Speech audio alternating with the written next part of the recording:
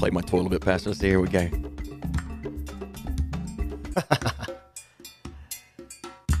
Got some African music. I love That's it. absolutely week 2 of the African charging station. That's bad to even say it like that. The charging station, talking about your Africa trip. Yeah, you know, we didn't get to go into that last time, but the worship, the music, all of that was really, really good. We got to hear, and I've experienced before, because even though I haven't been to Africa, I've had the African influence. So I can remember going to Brussels, Belgium, and was ministering in a church, and it was in English, French, and Swahili. And so they had the whole Swahili yell and all that going on. Yeah, that's it. Something like that.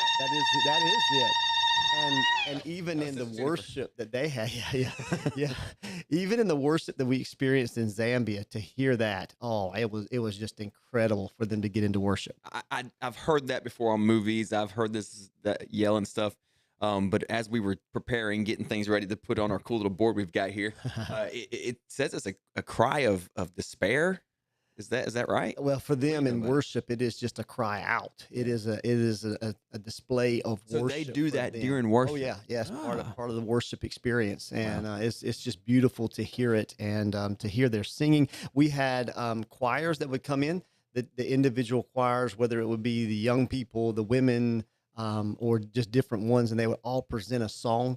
And so it was really, really good experience. That's awesome. Hey, the music and the yell got us sidetracked. So if you're watching this and listening to this, be sure you share it somewhere. Click the bell on YouTube. If you're watching on our podcast, subscribe to the podcast. Whatever you're doing, follow us. We want to get you more content. Yes, we do. We do. But so let's get started. I want to ask you a question to start with, Pastor. Okay. I'm gonna read it. Make sure I get it word by. With all the ministry behind the scenes, and I'm saying, what do I mean with that? All the ministry that you do behind the scenes, from here to Africa, all that kind of stuff. Mm-hmm. What is it God speaks in your life during those times and before those times and after? We could take a whole 25 minutes, 30 minutes on that. So you got 2 sentences. 2 sentences is going to be tough. We'll give you 3.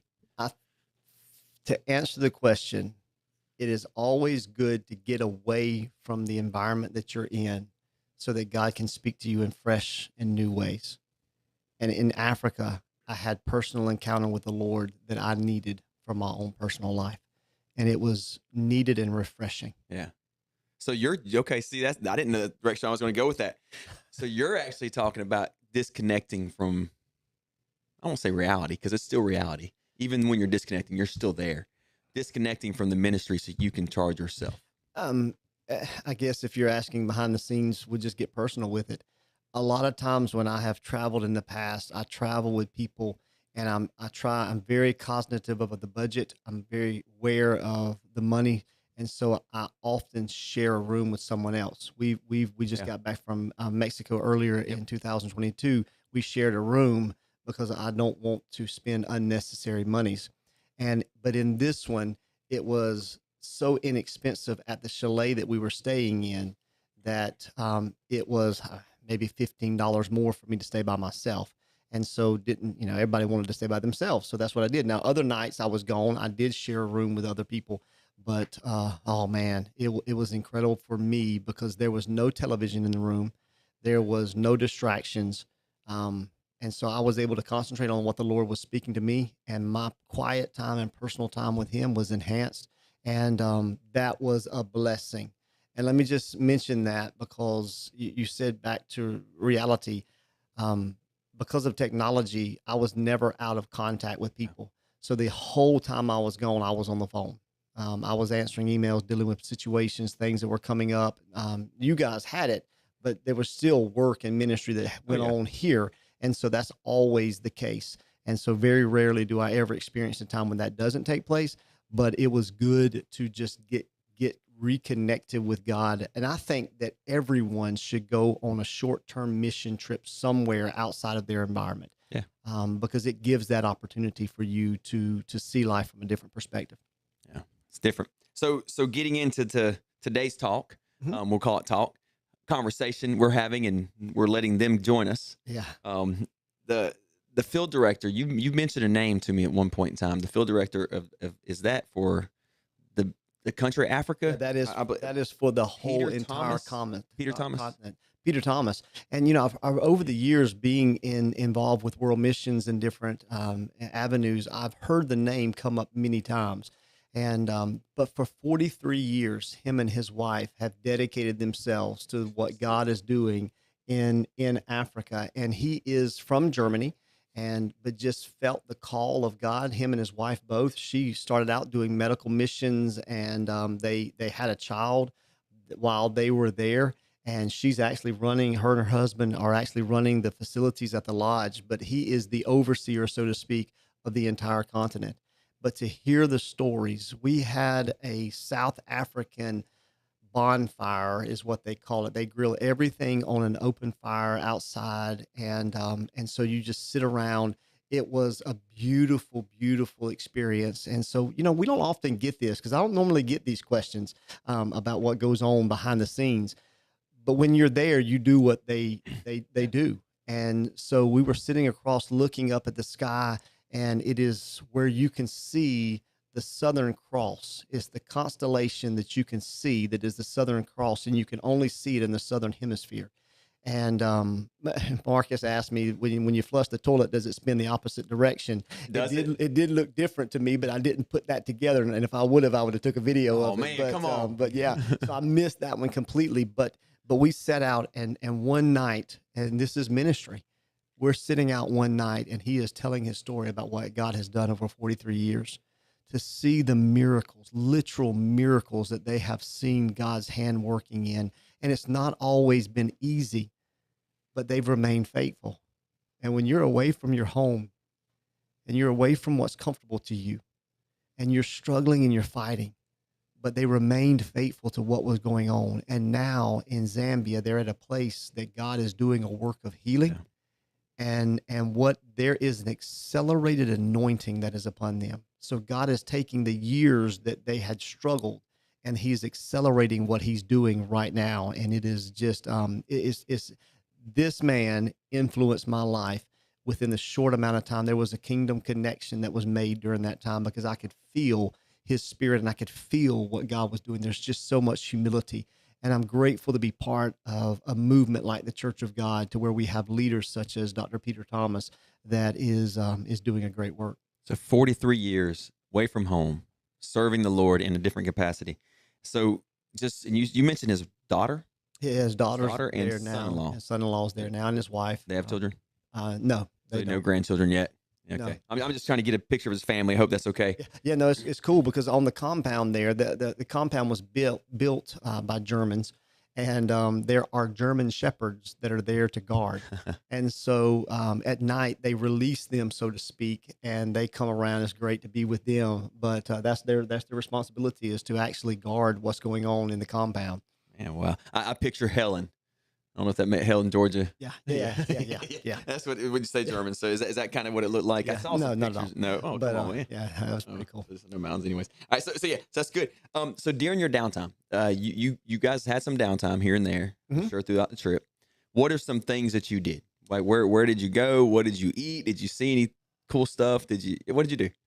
I will maybe get to the eating in another time, but we did go to, we took a short flight, and spent a couple of days in Livingston, Okay. which is it's in Zambia, but it's not far. It's about a 7-hour train, or not train, but travel time from where we were in the city of Lusaka. But, again, when I go to these places, I've learned to take advantage of whatever opportunities that you have, because you never know when you're going to be back. And this one was really one, to be just quite upfront with you. I really wasn't looking forward to that part of it, because I was so enthralled in what God was wanting to do in ministry, that this part was all secondary. And because I haven't, over the years, I've rushed back. Over the years, I've changed my schedule, and I've missed out. I remember one time about a decade ago that I was in Romania, and we had the opportunity to go to the Senate of the entire country in the capital, and was giving devotion within all the senators of the country of Romania. And so I was scheduled to come back early and missed out on that experience. So I've learned over the years that you got to take advantage of whatever you're giving. I've been with you on some of these trips, not Africa by any means, but and I know what you mean, Pastor, because there it comes to a time, especially when you've been more than once. Yeah. I've noticed even going to Mexico, Papantla and stuff. It's almost like you feel like you're not doing what you're supposed to do. Yes, yes, but it gives you a better appreciation Yeah. for where the people are because you understand the culture, you understand where they come from, you understand the tourism that goes on that gives them money, and so you're supplying all of that. And during this time, we went to Livingston was one of the places that we went to, and a beautiful location. You can see Oh here wow. that it is actually Victoria Falls is right there. And I know you can't hardly see it, but because of the haze and everything, but they call it in the language. I see that right there. Yeah, Cool. the native language, they call it the smoke that thunders. So when we were flying in miles away, you could see the spray that was coming from the falls. And there again, it's just a matter of what the Lord is speaking. This is one of the seven wonders of the world. It is one of the seven natural wonders of the world. And so we walked through it, and you knew you were going to get wet. You knew all of that. But for me, it was very, very impressive because I can't show them right now to get the fullness of what was going on, but just to hear the sound of the water that was coming across the falls, there was so much power in that place. Mm. Now I'm gonna give you this, but every minute there is over 1.3 billion gallons of water that goes across the falls. This is 1.3 billion gallons of water per minute during the wet season. And this is multiple times bigger than Niagara Falls. And I'm thinking how much power there is in this, and yet it does not even compare to the power of God that's working in our life. Oh wow. And those are the kind of experiences that you're having. You're just going through and you're seeing God at work in the middle of all this. And I like this picture with the flower because out of the rock, out of what is there that you would think would be a barren land, there is still life even during those hard times. And even during those times of difficulty, there is still that promise of hope in our lives. And so not to try to spiritualize everything, but when you get into that realm that happens in our lives all the time. That's what I mean when I say for us to cultivate an acute awareness of God's presence in our lives. You begin to see him everywhere. Everywhere you go, you see the presence of God working. If you're sensitive and you're looking to what it is that's happening. And you don't have to be out of the country, Pastor. Oh, no, to no, do I'm talking that. about everywhere. I'm talking about right here, Yeah. right now. Yeah. And that comes through cultivating it because you've got to have eyes that are sensitive and ears that are sensitive and hearts that are sensitive to what the Lord is doing. And when you do, you'll begin to see things from a different perspective. Yeah. And how important do you believe unplugging yourself is to being able to be sensitive to that? Well, again, Is that it's question that right? I That's understand what you're right. saying Okay. with it Yeah. because there's a conscious decision that you're making to even hear to unplug yourself. And so, yes, I do it there. And people, I've heard them tell me before, well, I don't know how you make it going here or there because, it's a different schedule or, all of this. I know I seem like I'm just focused and driven and I am, but there comes a place even in myself that I settle in my spirit. And so when I begin to settle in the spirit, I know I'm not in control of things. I know I can't change. And so I've just got to roll with what is happening and what he's doing. And when I experience that, I'm good. And I even do that here. There's times that I do that here. If there's something I can do, I want to do it. But if not, I just roll with what he has. Yeah. And this was one of the times. Let me show you a little bit more. You can see the rainbow here.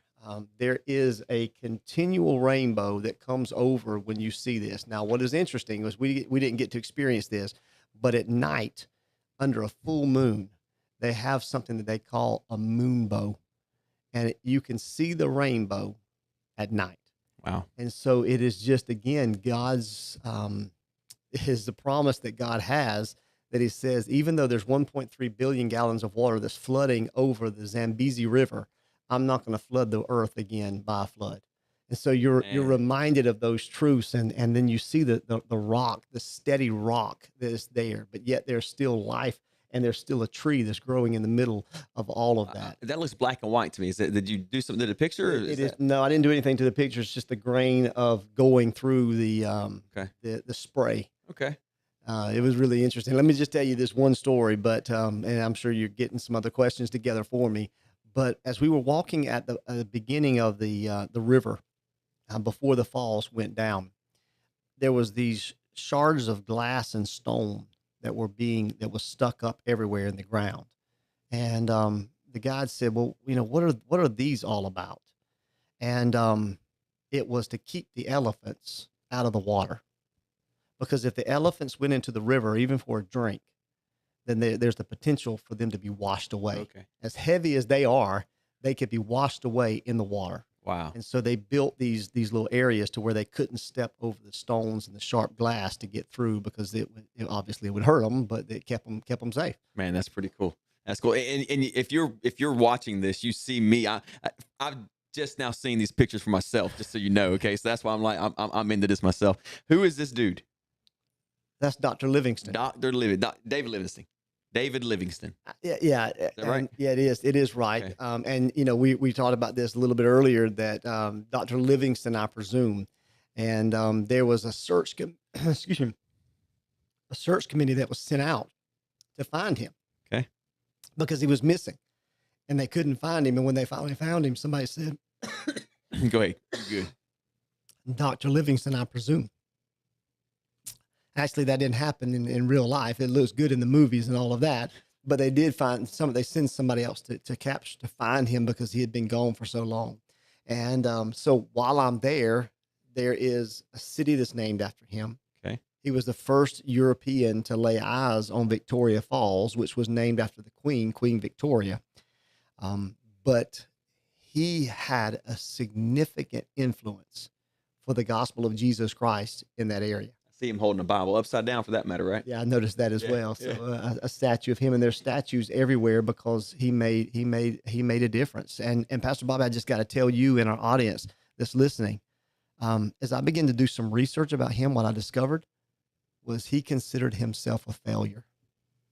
He was a medical missionary, but he considered himself a failure because he only had one convert to Jesus Christ.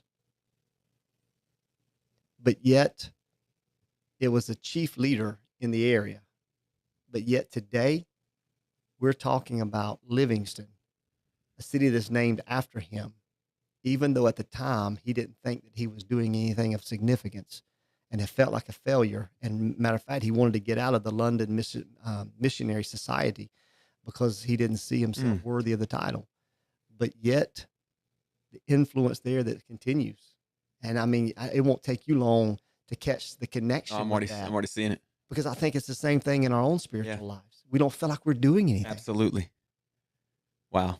And yet a whole city's named after you. And I believe personally, this is my own conclusion, that part of the reason why there's such a strong Christian influence in that area was because of his influence. So who was the gentleman that he converted? Is that known? Chief. No, they may know the name, but there was a local chieftain that was there that he converted, and from there it has continued on and on and on. Yeah, it's like almost like the Christians in general, Christianity in general. You start with 1 to 12 to all over the world. Yeah, it is. Yeah. It's the multiplication, and Africa was not his first target. Where he wanted to go was China, but it worked out because there was something there that allowed him to go, and he helped explore what was happening and was trying to look for the end of Zambezi River. And as a result, here we are. We're still talking about him today. Yep. So don't give up. No, don't give up on what God has for you. Up. I know that's not what this is about, but wherever God has taken you, don't give up. No, you keep pushing. No, and I think the story of Dr. Livingston continues because when he died, he was so beloved by the people that they wanted to get his body back to England. So they went on a long journey with thousands of miles to get him to the coast. And when they got him to the coast, they sent his body on up to England. But before they did that, his heart was removed from his body, and his heart was buried in Africa because he wanted. That's what he wanted, and his heart was there. And whenever God gives you a passion for something, you lose your heart. And I can see him and the love that he had for the people that he came in contact with that was an accidental people that he discovered. And so there's so much to this. And one more thought, if I could leave you before we Yeah. leave this. One more thought about Dr. Livingston that I found is that he had one regret in his life. And his one regret was that he did not spend more time with his family. Now, here's someone who was a medical doctor. He was a missionary. He helped explore and discover new lands to the Europeans. But yet the biggest regret that he had is he didn't spend more time with his wife and kids. And I think there's a message for us in that too.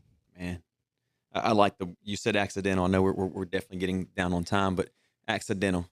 You never know where God's going to put you. No. I wouldn't be. I didn't expect for me to be in the position that I'm in right now.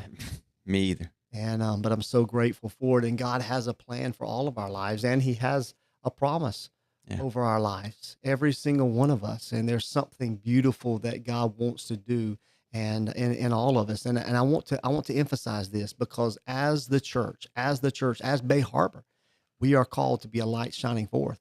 And we want to shine for Christ, and we do that whether we're at Victoria Falls and or if we're in Walmart or wherever we are. It is the beauty of His creation, of who He is, the power that He has to transform lives, including yours. And once your life has been transformed by the message of the gospel of Jesus Christ, you will seek to see other people's lives transformed.